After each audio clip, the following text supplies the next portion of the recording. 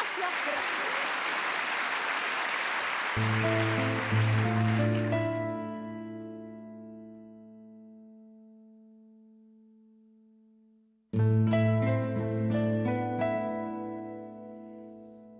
Neruda tiene algo en sus memorias que no lo puedo citar textual, pero la idea es que vienen los conquistadores a caballo, estos centauros de hierro, y se llevan todo. Se llevan el oro, se llevan los frijoles, se llevan el agua, se llevan todo.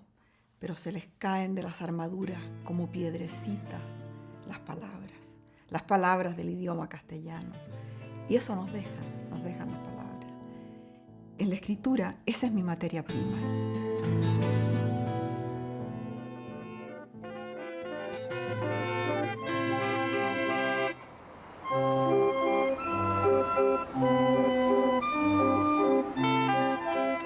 Las grandes cosas que han ocurrido en mi vida estaban fuera de mi control. El abandono de mi padre, el golpe militar, la muerte de mi hija, el haber conocido a Willy, son cosas que yo no las planeé, sucedieron.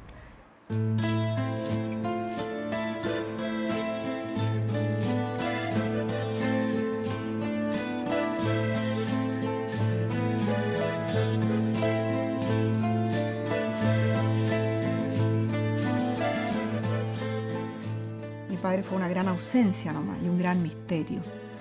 Y yo creo que esa herencia del misterio es mucho más interesante que el personaje que mi padre fue.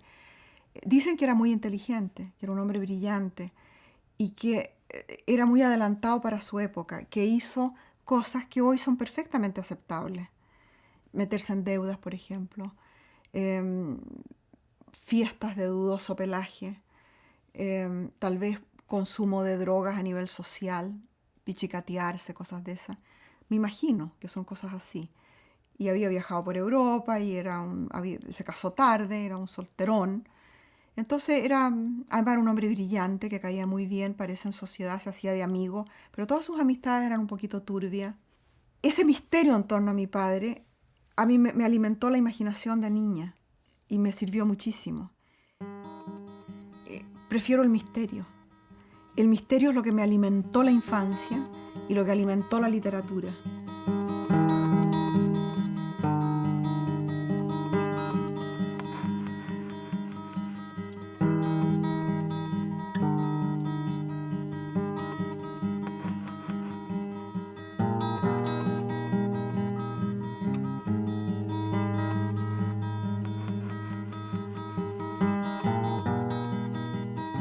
Mira, yo nací en los años 40 en una familia católica, conservadora, chilena, muy patriarcal, y vivía en la casa de mi abuelo, con mi mamá, que era soltera en ese momento porque se había anulado el matrimonio con mi padre. Era una mujer soltera con 3 niños viviendo amparada por su padre. Y yo siempre vi a mi mamá como una víctima porque dependía económicamente y porque vivía en una sociedad en la cual las mujeres no tenían los mismos derechos ni las mismas libertades que los hombres.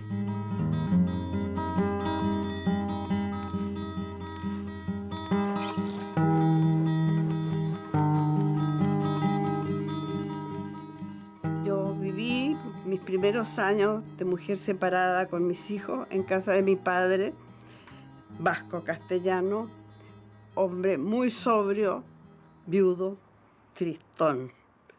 Y no, el ambiente fue de muy poca alegría, más bien de una melancolía sentimental que ayudó o que formó el carácter de Isabel y mío.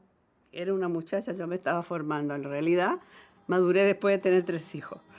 Y Isabel fue mi gran compañera y mi guía en esa vida nueva que yo tuve.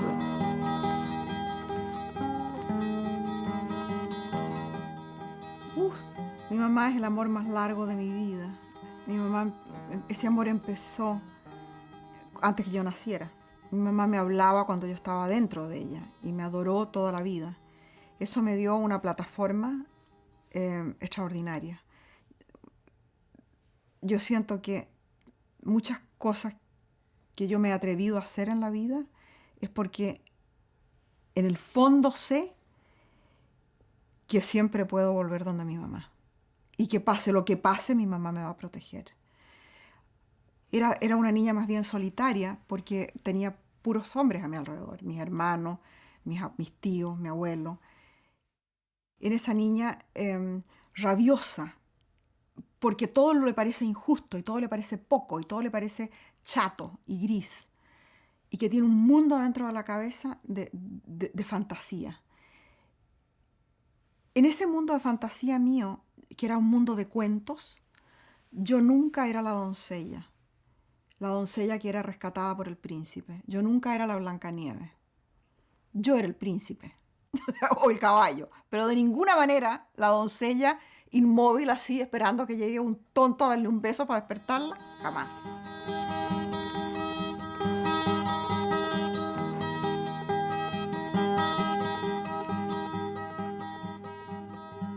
Mi abuelo fue la primera figura paterna. Toda la base de mi infancia. Yo lo adoraba. Y de él tengo muchas cosas. Mi abuelo era un hombre muy estoico. No creo que nunca me haya arropado mi abuelo. Así que no es la figura del padre exactamente, pero era el hombre más poderoso, más fuerte, el que tenía el dinero, la autoridad, cuya palabra no se discutía. Yo quería ser como él.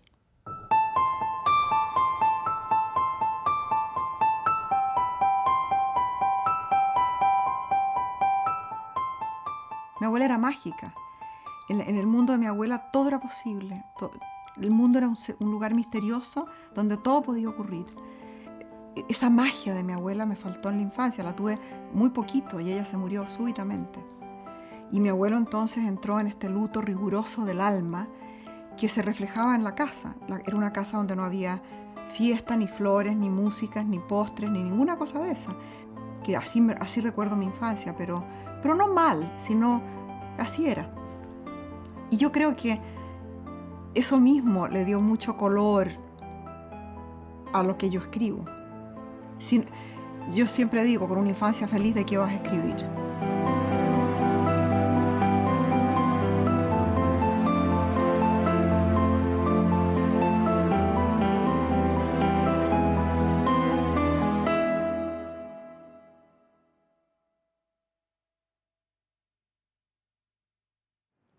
Tuvo un padrastro que le costó muchos años asimilarlo, porque seguramente fue muy celosa en ese sentido. Ella no lo dirá así, pero lógicamente era un extraño que entraba en nuestra vida con otras ideas, con otra sensibilidad, con otra visión del mundo, algo enteramente diferente. Y la Isabel, según ella lo cuenta, y yo lo reconozco que así era, no me podía ver. Celos, extraños personajes que traía otra manera de vivir, póngale el letrero que usted quiera. Pero el caso es que, como ella lo dice, y yo me acuerdo muy bien, me hacía la guerra, como quien dice. Ahora me doy cuenta que fue mi padre, y que los padres pueden ser amigos. Pero el tío Ramón fue mi cómplice, mi compañero. La única persona en el mundo a quien yo le puedo decir absolutamente todo. Tuvimos una relación muy linda. Muy linda. Al principio mala, como le dije, pero después yo creo que la Isabelita ha sido mi mejor amiga. Tiene una generosidad espiritual, la tenemos recíproca, de darnos mucho. Pero la generosidad del tío Ramón es la expansión de la vida. La generosidad del tío Ramón es decir, somos inmensamente ricos cuando no tiene un peso. Y vamos a gozar la vida como si fuéramos inmensamente ricos. Entonces esa cosa es maravillosa, maravillosa. Y eso me lo dio él. Eso de que aunque no haya nada, siempre hay la posibilidad de dar, de compartir, de repartir, de gozar lo que uno tiene. Muy pronto, cuando salió del colegio, ella gozó de su libertad, sin preguntar una palabra a nadie. Ella tuvo trabajo, ella tuvo risa, ella tuvo programas, ella tuvo otra vida. Nació Isabel Allende, la que es ahora.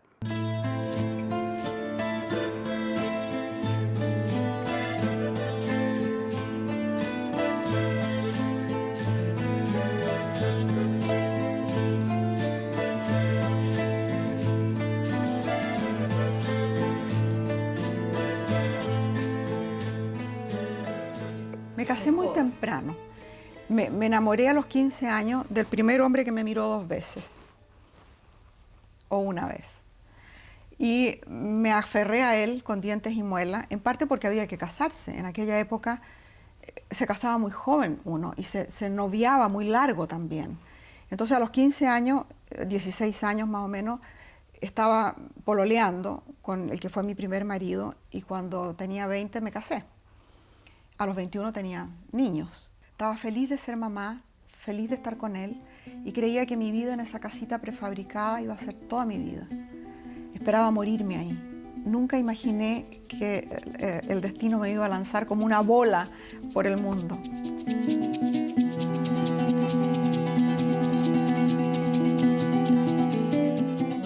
Siempre había tenido esta idea yo, esa idea en la cabeza de que Chile necesitaba una revista femenina del tiempo. Había unas revistas pero antiquísimas y el tiempo, eran los fines de los 60, era revolucionario, moderno, abierto. Y bueno, me encontré con el equipo. El equipo eran amigas mías. Y parte importantísima, pilar de ese equipo fue encontrarme con Isabel. Yo empecé con el primer número de la revista, pero ella, Malú y Delia y Amanda tenían un proyecto que yo, al entrar a la revista, descubrí que era mi proyecto de vida. Pero mi proyecto de vida no tenía nombre.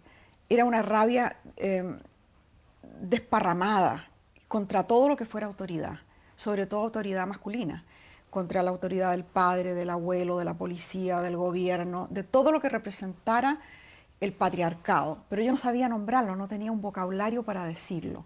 Y de repente me di cuenta que no había que inventarlo, que ya estaba hecho, estaba formado ese vocabulario.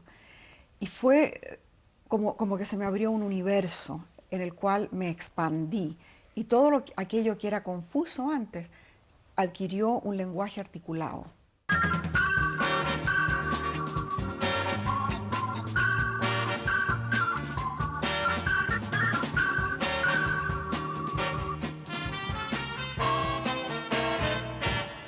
Isabel nos llevó mucho el pandero de qué tipo de feminismo, porque Isabel inmediatamente dio con un feminismo de pobrecitos hombres, tan tontos que son, ¿me entiendes? Entonces era una cosa rara, porque las feministas en ese tiempo eran los malos, te fijas, la lucha, el horror, somos víctimas. Y no, ella tenía una columna genial que se llamaba Civiliza su troglodita.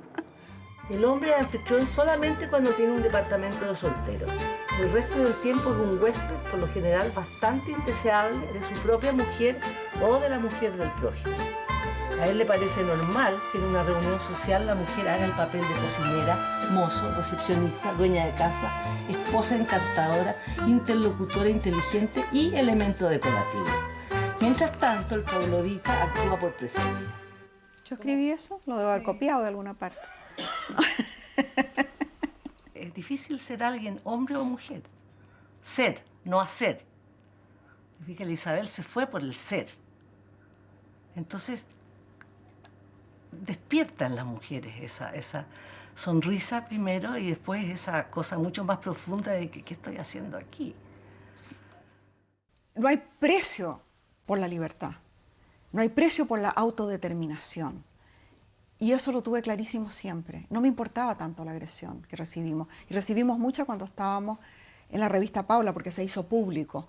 Una cosa es que tú te rebeles contra tu abuelo y que te salgas de la iglesia y dejes de ir a la iglesia. Y otra muy distinta es que tú publiques toda la semana algo que desafía a la sociedad, que desafía cosas que en Chile nunca se habían hablado. Nunca se había hablado de relaciones sexuales, de aborto, de relaciones prematrimoniales, de homosexualidad, de drogas. Todos eran temas tabú en Chile.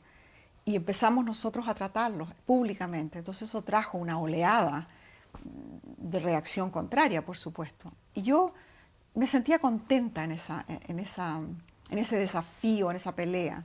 Era muy joven, claro.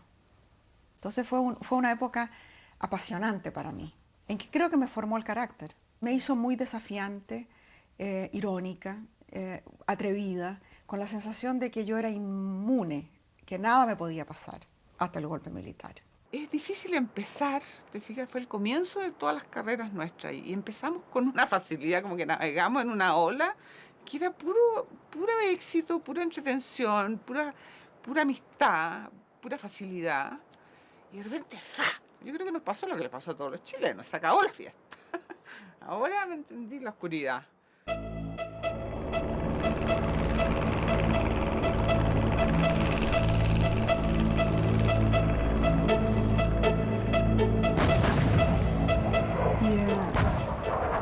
Y me acuerdo que oímos esto por la radio y después vino el anuncio del bombardeo de La Moneda, y yo ya cuando vi que venían los aviones, y era una situación increíble, que bombardearan la Moneda. La Moneda era el símbolo de Chile, era el símbolo de la democracia, era el símbolo de la tradición. Era impensable que pudiera pasar una cosa como esa. Salvador Allende nunca se hubiera entregado, nunca.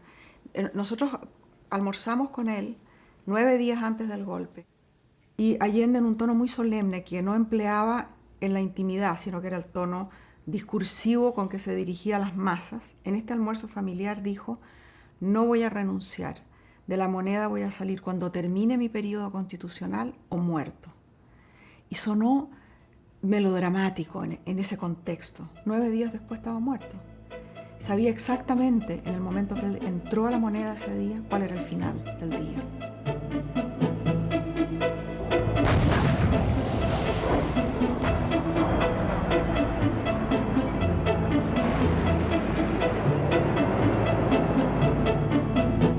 Salvador Allende durante toda su vida tuvo una trayectoria política. Durante 30 años tuvo un pensamiento político perfectamente consistente, y su muerte es consecuente con ese pensamiento y con esa acción política. En él no hay heroísmo de última hora, no hay el brillo del héroe que en un momento determinado toma la bandera y salta a la cúspide, sino que en él hay la acción meditada de un estratega, de un político, de un estadista. Y eso es lo que yo creo que Salvador Allende fue. Y Isabel, cuando vino el golpe de Estado, poco a poco se le fueron cerrando las puertas, una tras otra, tras otra, tras otra. Y empezó a percibir lo que era, lo duro que era conservar el nombre Allende en una vida pública chilena. Los niños en el colegio fueron molestados, sus hijos, que estaban en un muy buen colegio. Fueron objeto de burla por haber sido parte de la familia Allende. Y ella, personalmente, sintió amenazas en su casa. El miedo nos quita humanidad, nos quita razonamiento, nos quita fuerza, nos quita un sentido de lo que está bien y lo que está mal. Hay que decir no, yo no voy a esperar que el miedo controle mi vida, no puede ser eso. Es mejor cualquier otra cosa, todo lo que te pase es mejor que vivir con miedo.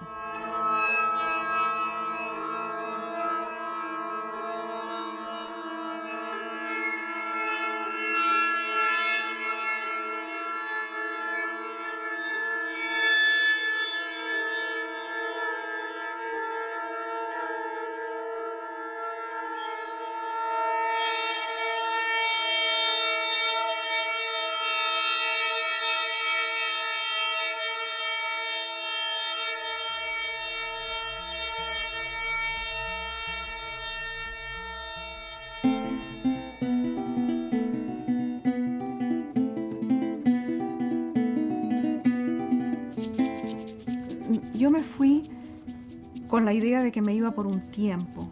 No pensé que era para siempre.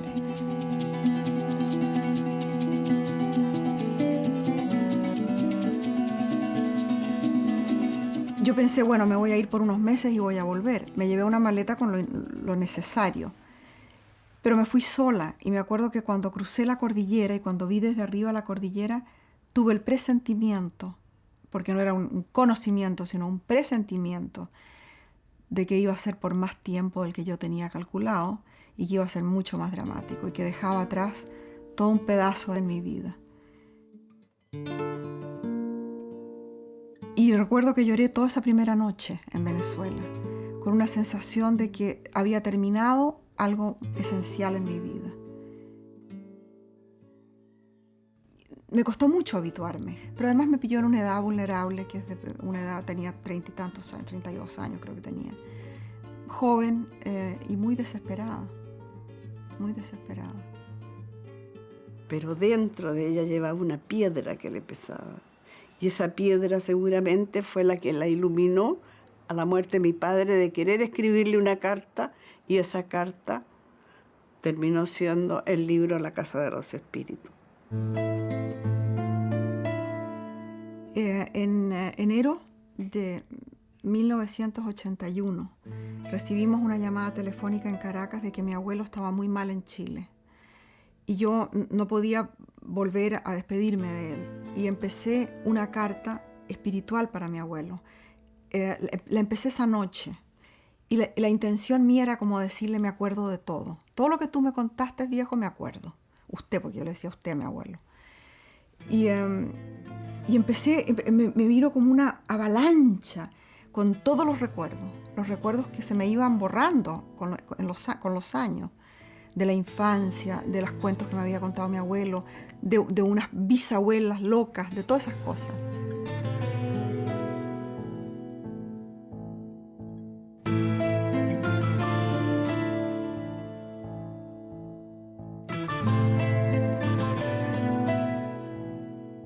Clara se parece mucho a mi abuela, no tuve que inventarle nada. En cambio, Esteban Trueba es mi abuelo, pero está enriquecido y tal vez empeorado por grandes defectos que mi abuelo los tuvo, pero no tan grandes. Hay otros personajes que son casi un homenaje, en que tomé casi el arquetipo, como el caso del candidato o del poeta, que nunca se menciona el nombre, se puede adivinar tal vez quién es, pero no se dice porque es casi un homenaje a lo que esa persona representa, no solo en Chile, sino en toda América Latina. Cumplió una función tremenda, que fue poner el golpe en la atención del mundo y todo el drama ese que vivimos y que ella vivió muy de cerca y muy sensiblemente. Por eso elegí mujeres que fueran extraordinarias y el libro está dedicado a mi madre, mi abuela y las otras extraordinarias mujeres que forman esa historia.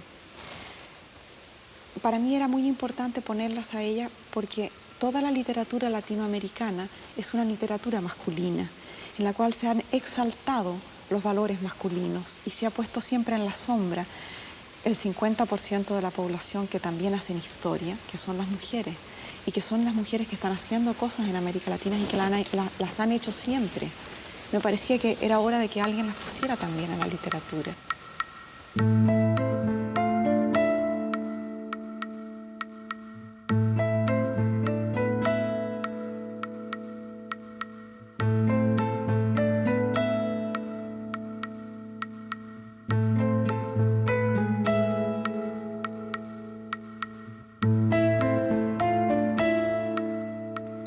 Me llamo Eva, que quiere decir vida, según un libro que mi madre consultó para escoger mi nombre.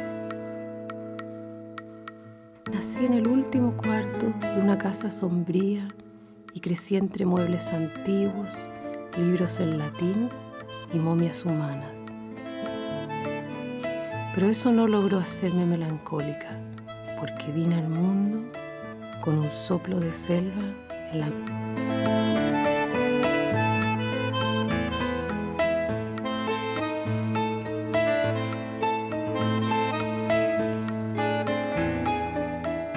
Finalmente se publicó La Casa de los Espíritus como una novela y a mí me pareció que había sido un golpe de suerte prodigioso, esas cosas que no pasan nunca. Y luego escribí el segundo libro, salió, se publicó con éxito también, y la tercera vez, con Eva Luna, dejé mi trabajo en el colegio y dije, ahora me tengo que ganar la vida escribiendo, ahora soy una escritora. Y por primera vez me atreví a decir esa palabra que me parecía de una arrogancia, de una petulancia extraordinaria, porque escritores eran gente como José Donoso, como García Márquez, como Mario Vargas Llosa. Primero eran todos hombres y después ya tenían un reconocimiento internacional. Entonces llamarme yo misma escritora me parecía muy vanidoso. Me demoré.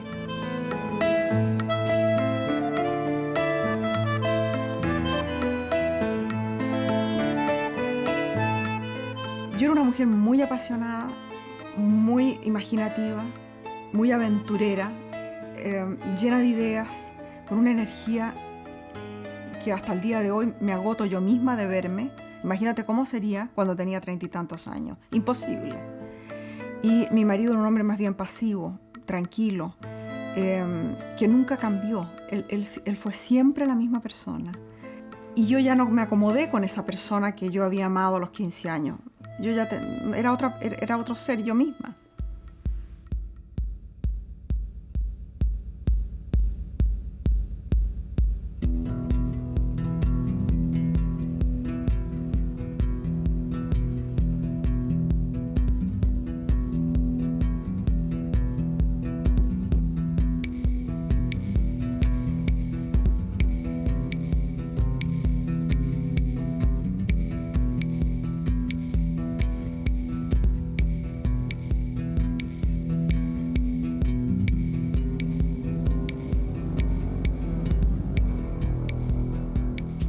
Déjenme mostrarles mi casa.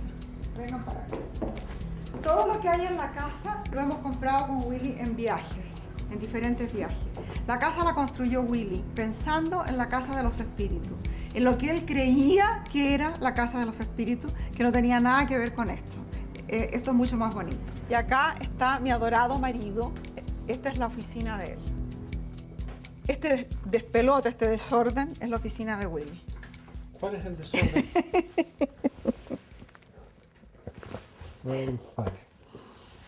Lo que me atrajo de Willy es lo que te dije, esa parte femenina dentro de este hombronazo, ese no tener miedo de lo femenino, porque está tan seguro de su masculinidad que nunca eso está cuestionado, nunca. Eso me atrajo mucho. Me atrajo la sobrevivencia, la capacidad de hundirse 1.000.000 de veces y volver a levantarse. 1.000.000 de veces de rodillas y se vuelve a parar. Imagínate una persona que ha tenido 3 hijos y los 3 hijos son drogadictos. Una hija muere, no se sabe si asesinado o con una sobredosis o qué. Otro hijo ha pasado la vida en prisión, en este momento está en San Quintín. Y el más chico, por primera vez en su vida, este año está limpio de droga. Va a cumplir 29 años. O sea, 28 años perdidos. Y ahora hay la esperanza de que se salve. ¿Y tú crees que esto ha hundido a Willy? A mí me tendría en el suelo. Yo no habría podido resucitar después de una cosa como esta. Willy sigue adelante. Entonces esa fuerza de carácter es maravillosa. She told me that she would never do anything to intentionally hurt me, and I don't know why, but I accepted that instinctively, and it's turned out to be very true, and it's been a very gradual process of getting over the threshold because we both come from places of abandonment in our lives, and we've done that for each other, I think, which is that's the magic part of it, how you get over things that have done you harm in your past, but you know, there has to be a very strong emotional connection in the beginning, and you never lose track of that thread throughout your whole relationship. It just grows stronger. But generosity of spirit is how I would define Isabel, number one. And not just with me, but with everybody. Él dice que me conoce como la palma de su mano, yo no sé. Yo creo que todavía no ha visto el lado negro. Vengan a ver la vista de acá. Ahí se ve la bahía de San Francisco y acá hay una pequeña laguna. Y al otro lado de la laguna está la casa de mi hijo.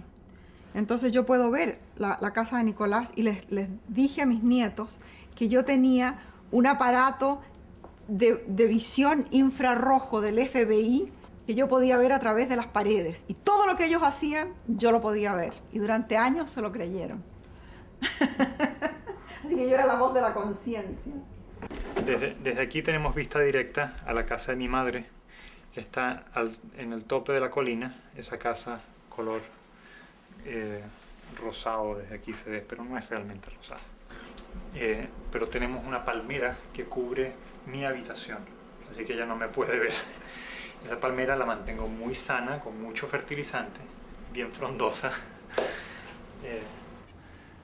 Conversamos de todo a otro nivel. Somos adultos ahora, bueno, esa es la esperanza, que uno crece un poco, pero es muy cariñosa de todas maneras, muy generosa. Yo no estaría aquí si no fuera por mi mamá.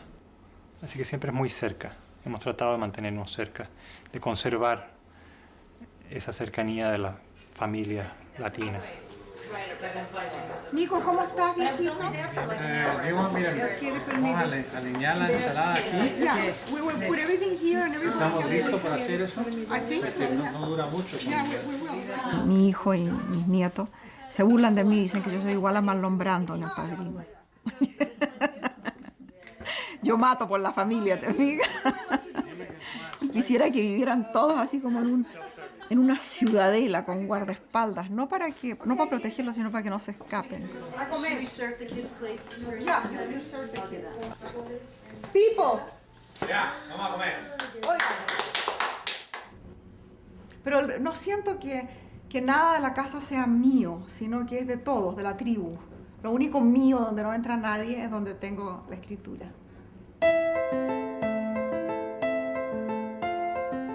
Esta casa es una casa nomás, pero esta pieza, aquí tengo todas mis primeras ediciones. Libros de Corea, del Japón, de Islandia, de lugares así. Y yo siento que en este espacio, que es un espacio muy contenido y muy privado, están los espíritus. Y por eso se me meten a veces en la computadora de nuevo personajes que ya deberían estar olvidados. Vienen con otro disfraz y se me meten otra vez en la computadora. Estoy rodeada de ese pueblo. Ellos son el pueblo.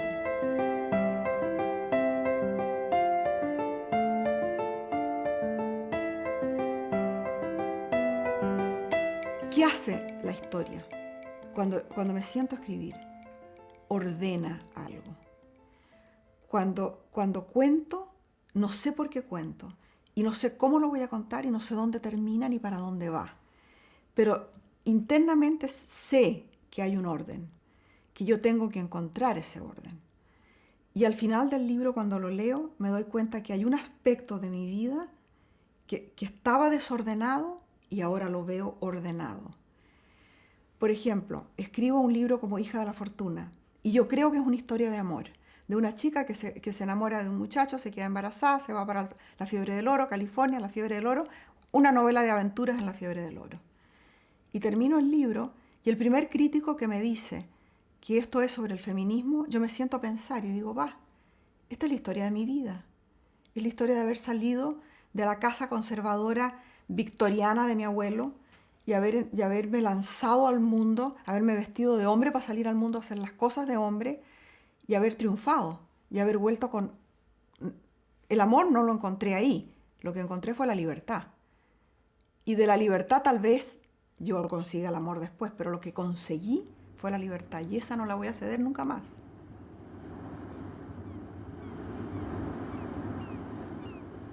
De tanto sentarse ante la ventana, a ver el mar para contar los buques y las ballenas en el horizonte, Elisa se convenció de que era hija de un naufragio y no de una madre desnaturalizada capaz de abandonarla desnuda en la incertidumbre de un día de marzo. Escribió en su diario que un pescador la encontró en la playa, entre los restos de un barco destrozado. La envolvió en su chaleco y la dejó ante la casa más grande del barrio de los ingleses.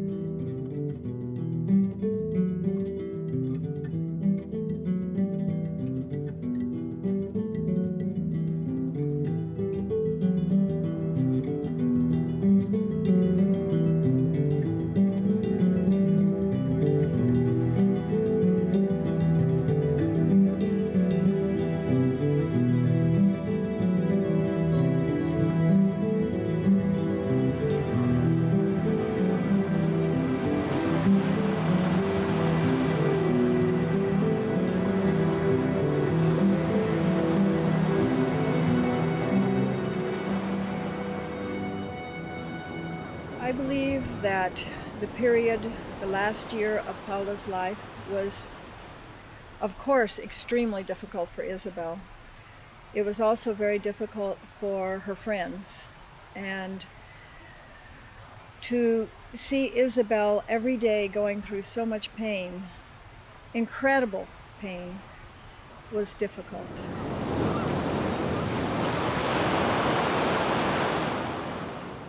Cuando Paula se enfermó y cayó al hospital, y yo llegué a verla al hospital, todavía no había caído en coma, fue horas antes, pero ya estaba muy mal, estaba muy mareada, ¿no?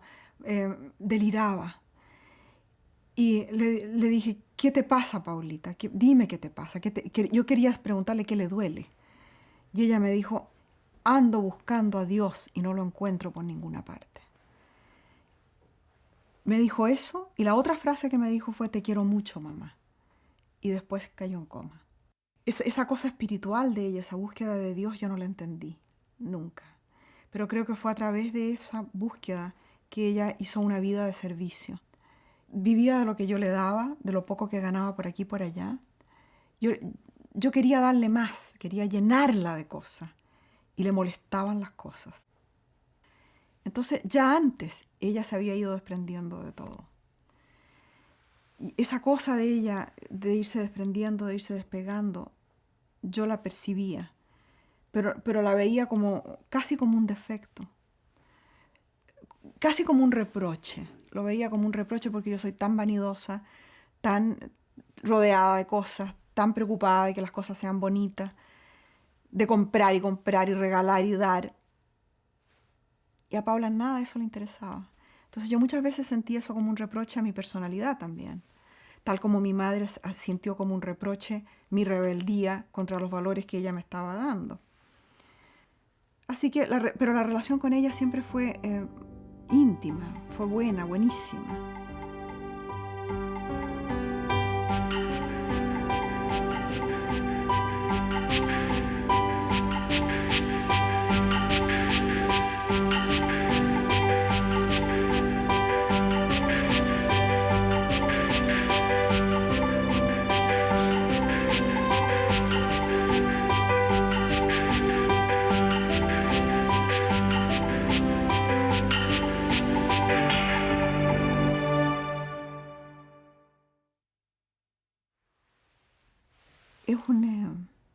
Es un tema difícil. Mira todos los años que han pasado, 13 años. Y está tan presente, la vemos todos los días. La vemos en las cartas que llegan de gente que de repente alguien en Turquía leyó el libro de Paula. Tantos años después y nos llega una carta. En la fundación, yo hice una fundación en honor a ella. Y todos los días hay algo de la fundación. Hay algún grupo de gente, algo que pasa que me conecta con ella. Hay fotos de ellas por toda la casa, por todas partes. Es una presencia constante, pero no es una presencia triste. Es una presencia de protección. Hay una sensación de protección, de que si uno le pide algo a Paula, lo va a hacer. Y está el espacio de ese año tan fuerte, ese año de pérdida de a poco, de dolor, de sufrimiento,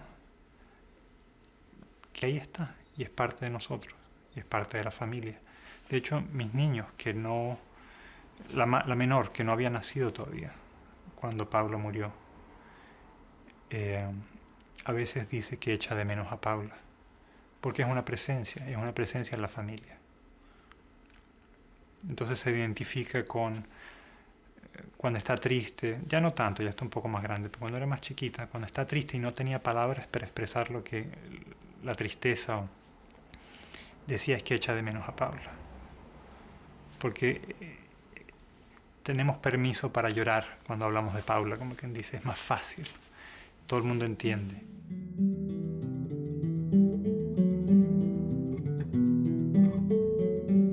Porque yo celebro los 28 años que Paula vivió y la eternidad de su muerte no importa. Lo que importa son esos 28 años que compartimos.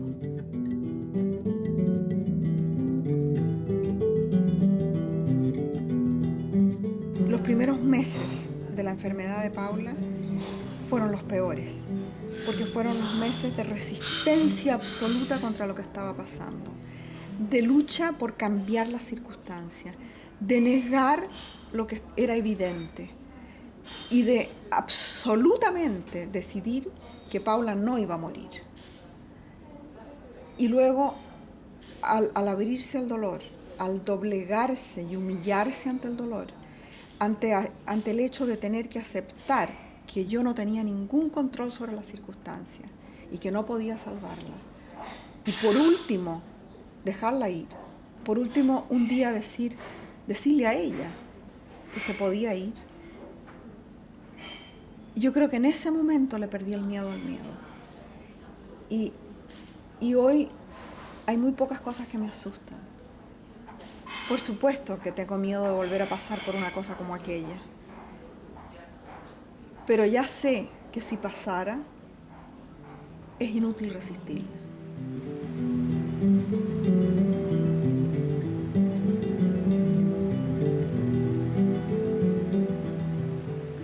Volamos sobre valles y cerros y descendimos por fin en el bosque de las antiguas secoyas. Paula me señaló el arroyo. Vi rosas frescas tiradas en la orilla y un polvo blanco de huesos calcinados en el fondo. Soy el vacío, soy todo lo que existe. Estoy en cada hoja del bosque, en cada gota de rocío, en cada partícula de ceniza que el agua arrastra. Soy Paula y también soy yo misma. Soy nada y todo lo demás en esta vida y en otras vidas. Inmortal. Adiós, Paula, mujer. Bienvenida, Paula, espíritu.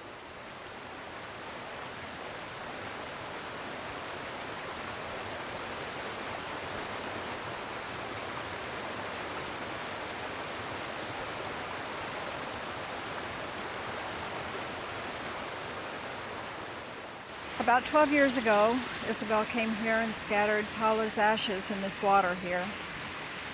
And so when we come here, it's a sad but very beautiful place. It's a beautiful place to put someone's ashes. Isabel says it's like a cathedral for Paula. So the pain that you go through when someone so close to you dies is useful later on to help others through their pain. And when she wrote the book, Paula, I know that that has helped so many people, that the grief they felt, it helped them to read that book.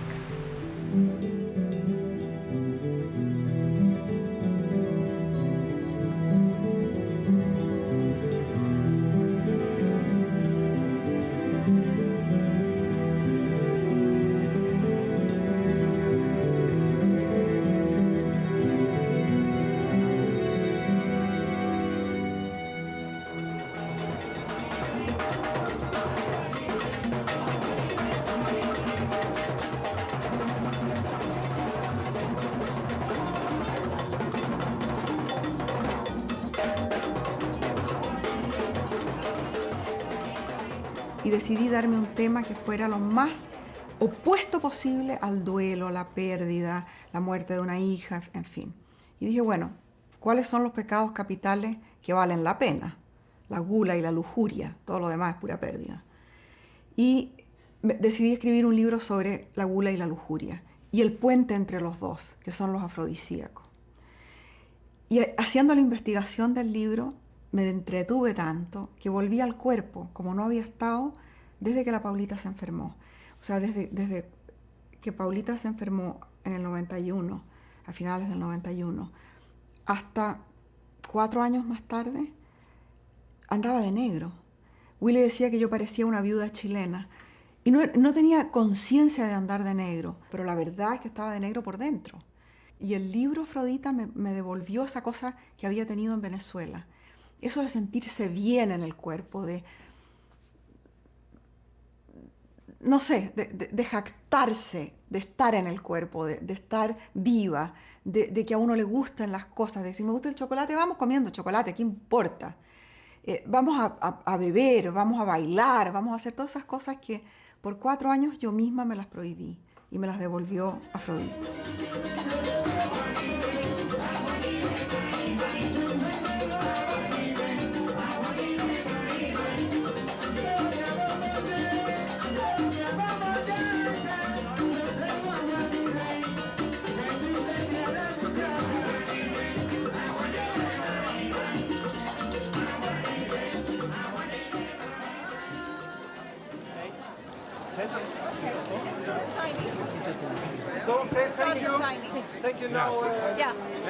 Hay una parte de ella que no la que es como su secreto más íntimo, cómo se sostiene, cómo puede vivir con ese éxito sin volverse loca, cómo puede vivir con esa actividad, con ese acoso que tiene de la prensa, de la gente, ¿no? Cómo vive con eso, yo creo que es su secreto. Y yo pienso que su secreto y su fortaleza, eso que te quería decir antes, yo creo que la fortaleza y la generosidad y la seguridad de Isabel, porque tiene una seguridad como muy interna, muy fuerte, le viene la mamá, siempre juntas. Entonces ella tuvo una mamá ahí presente, inteligente, sensible, que estuvo siempre al lado de ella.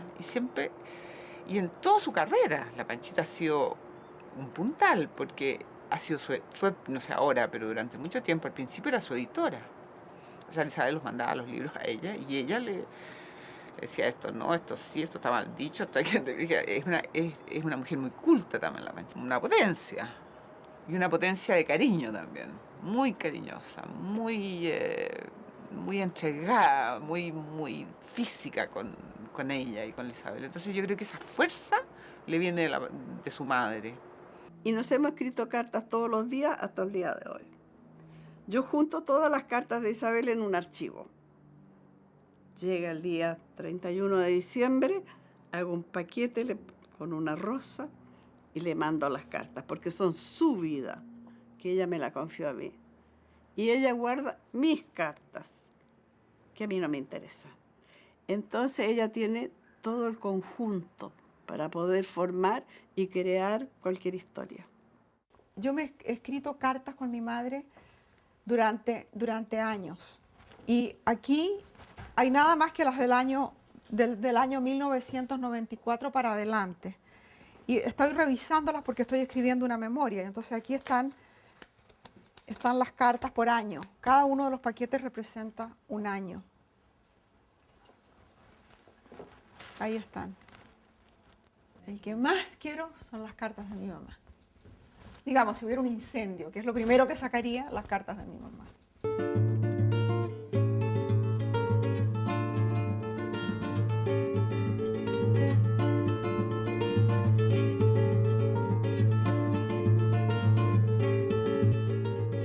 Pone una presión, eso pone una presión en cualquier persona. Esto, como decía, esto es más genérico, creo yo, de fama, que viene con la fama. Y es parte del precio que hay que pagar. Y ella lo asume muy bien, pero con los años cansa más esa vida pública, esa vida expuesta. Entre Lori, Willy y yo, y la fundación que presenta una cara, podemos mantener un poco de distancia y un frente, ¿verdad?, para protegerlo un poco de eso. This is where Willie works sometimes. Hey, Willie. Hi there.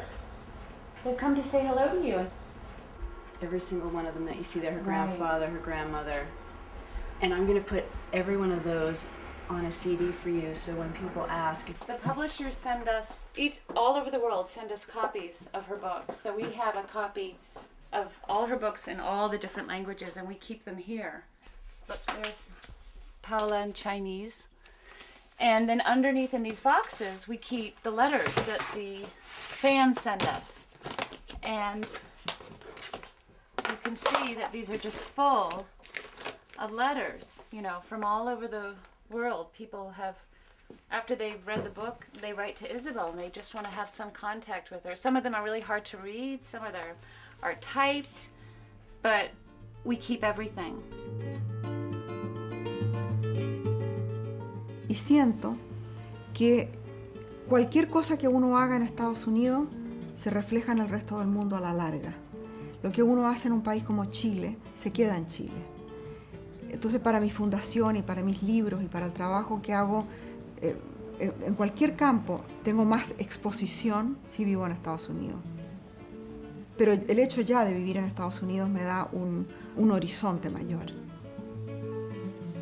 Y en California me siento muy cómoda. Ahora soy muy crítica de los Estados Unidos. Es un país en el cual vivo, soy ciudadana y pago impuestos. Y voto. Y siento que por el hecho de votar y por el hecho de pagar impuestos y por el hecho de tener una voz pública, tengo algún poder. Y lo ejerzo hasta donde puedo. Y en este momento soy muy crítica de este país. Este país no ha cuidado a su gente. No ha cuidado a su gente. Hay 40 millones de personas que no tienen seguro médico. Los locos andan sueltos por la calle porque no hay dónde tenerlos. Los viejos se mueren de hambre. Y creo que el hecho de que he sido una eterna forastera me obliga a inventarme un sitio mío donde yo me siento cómoda. Una realidad mía. Y donde quiera que yo vaya la llevo conmigo. Y eso lo he hecho en los libros. He ido inventando un universo en los libros. Los niños dicen, mis nietos dicen que yo tengo un pueblo dentro de la cabeza y que yo vivo en el pueblo que tengo dentro de la cabeza. Y que ellos creen que todos estos personajes de los que yo hablo están en mi pueblo, existen en alguna parte. Y así lo siento. Siento que yo en la escritura he hecho un pueblo donde yo estoy y donde yo pertenezco y no soy forastera.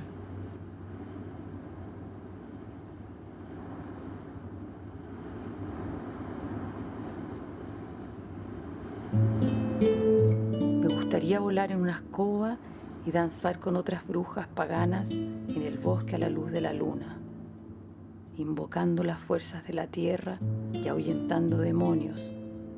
Quiero convertirme en una vieja sabia, aprender antiguos encantamientos y secretos de curandero. No es poco lo que pretendo.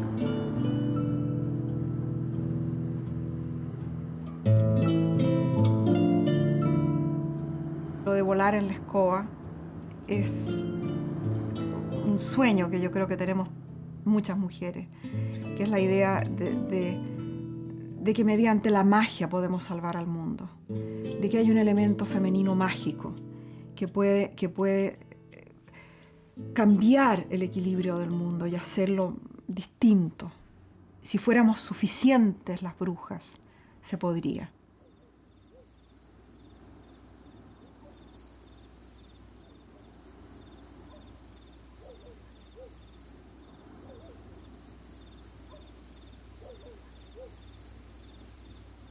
Las hechiceras, como los santos, son estrellas solitarias que brillan con luz propia.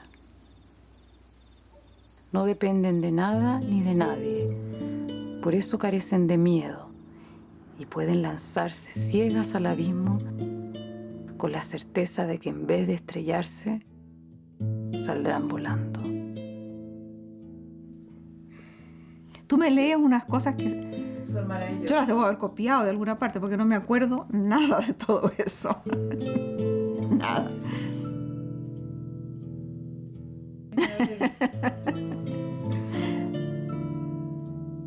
Hay una cierta magia en la escritura. Uno escribe, mira, ahí en ese escritorio uno se sienta, escribe, y después eso sale como un mensaje en una botella por el mar. Y quién lo recoge, y quién lo lee, y cómo le cambia o no le cambia la vida, uno no sabe nunca. Es un trabajo rarísimo, un trabajo que tú nunca ves los resultados. Y viene de repente una persona como tú que ha leído con cuidado el libro y me da como un poco de vergüenza porque pienso que nunca imaginé que eso te iba a tocar o te iba a alcanzar, ni a ti ni a otra persona. Uno escribe por instinto y es un trabajo un poco mágico. Si hay brujería, la hay en eso, en la palabra, en el poder de la palabra.